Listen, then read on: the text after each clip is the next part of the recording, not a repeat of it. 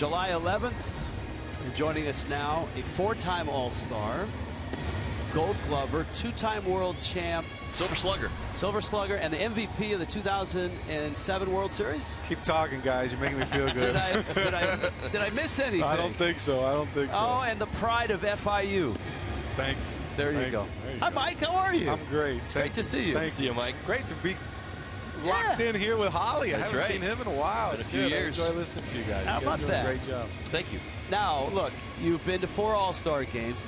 How cool is it for the All-Star game to come to your city, the city where you grew up, played college, and obviously professionally?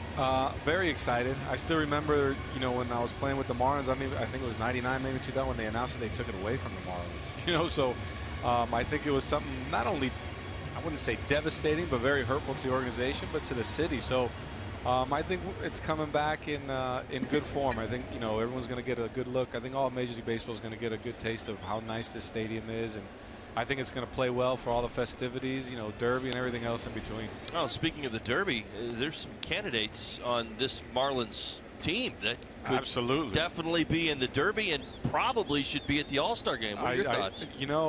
When I look at the offense, some of these guys, especially we're talking Osuna, Justin Bour, and obviously Giancarlo, they make this park look small. And this is not, your prototypical, hitter's park. I think of all three, Stan's just so much stronger than everyone, but I think Justin Bour would be great. He hits some balls, some moon shots to right, and I think lefties have a little bit of an advantage in this park. I think it'd be something pretty cool to see. I'd love for all three to be represented. They're having fantastic seasons. And it's exciting. I'm an offensive guy. I'm not into the 1-0 thing into the 7th. I want to see some guys hit some home runs. Who is, right? We got to have scoring in the game. John Jay, another Miami product, has his second hit. Cubs got a run in the first when Jay singled, ended up scoring on a 2-out Ian Happ base hit. That brings up Chris Bryant. For your All-Star memories, people talk about the first game that they played in the All-Star game. You were a Marlin. 3 Marlin appearances and 1 Red Sox appearance. Well, my first one was, it's special. I think the first of anything is always special. But it was really weird because that was the one game that ended up in the tie. And I was in the 11th inning. I was actually on second base. And I was thinking to myself, I think Benito Santiago was at the plate. There were 2 outs. And we were basically told that if we don't score, the game ends here. Everyone had used up their pitches. I was like, I just don't want Benito to hit a base hit to the outfield. They throw me out at home, and I ruined this tie. And I think he ends up striking out, but it was just so weird because the crowd was chanting, "Let him play," like in the Baton Rouge Bears. And it was a surreal experience. I really had never finished a game in a tie, a baseball game. So it was different, but I had a blast. I was able to get tickets for everyone that wanted it, and it was really a cool experience. Were you nervous? Absolutely. Even though you probably had faced all the pitchers that made both teams, you faced everyone, especially with interleague play. I don't think you want to look bad because you feel like there's so many more sets of eyes on you. Right. So are there? I think it was those good nerves. Those like opening day nerves, maybe those playoff type nerves. Well, I think people wonder because it's all All-Stars, and as you said, everybody that's out there. Some of them your teammates. These are guys you're competing against, but it's not a game that carries a whole lot of weight. Correct, and I think most guys take it as they say this time it matters, for home field and all that. I think most guys are honored to be there, and it's a privilege to kind of showcase not only all the hard work that everyone individually has done, but to kind of showcase the uniform you wear on your back. I think you took pride in representing. For me, I was lucky enough to do it with 2 organizations, but you feel proud representing the team you're playing for. Was there a moment where in any of the 4 games where you looked around and you said, when I was a kid, I remember watching the All-Star game and I can't believe I'm here? Once again, the first one.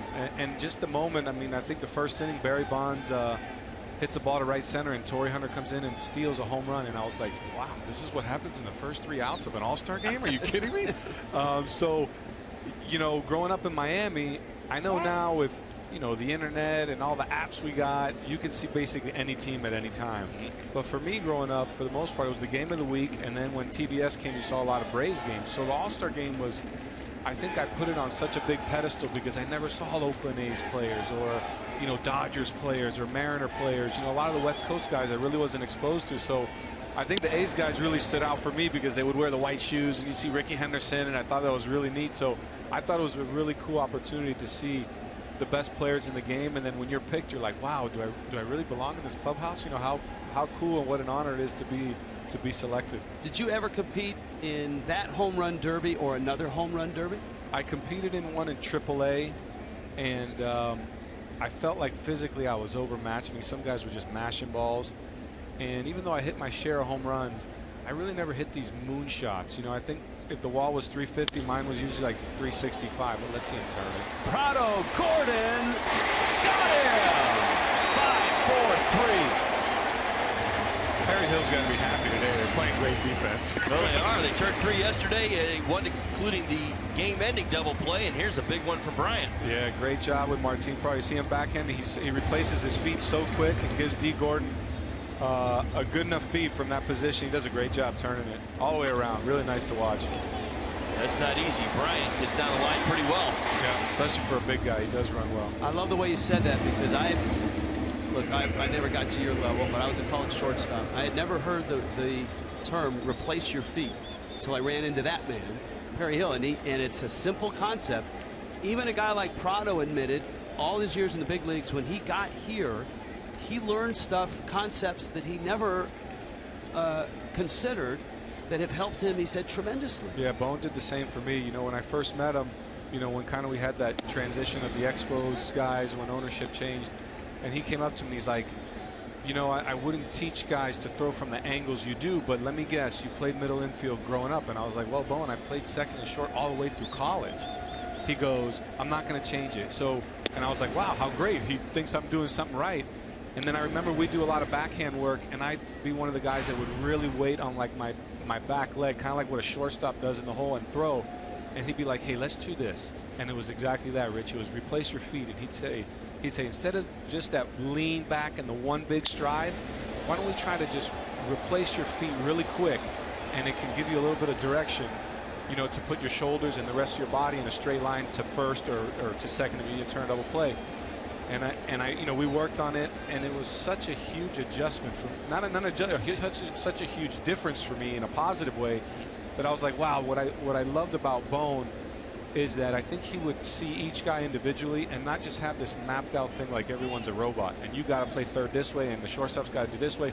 He'd see, well, D. Gordon does this well, Louis Castillo did this well, and I'm just going to try to fine tune him. And I think that's what makes him so great, and I'm truly indebted to him and how he was so, you know, particular to his, look at this. I mean, it's a clinic. It's Tyler Moore, Nicolino, that may be looked at. You can see the reaction by Contreras. Nicolino was there.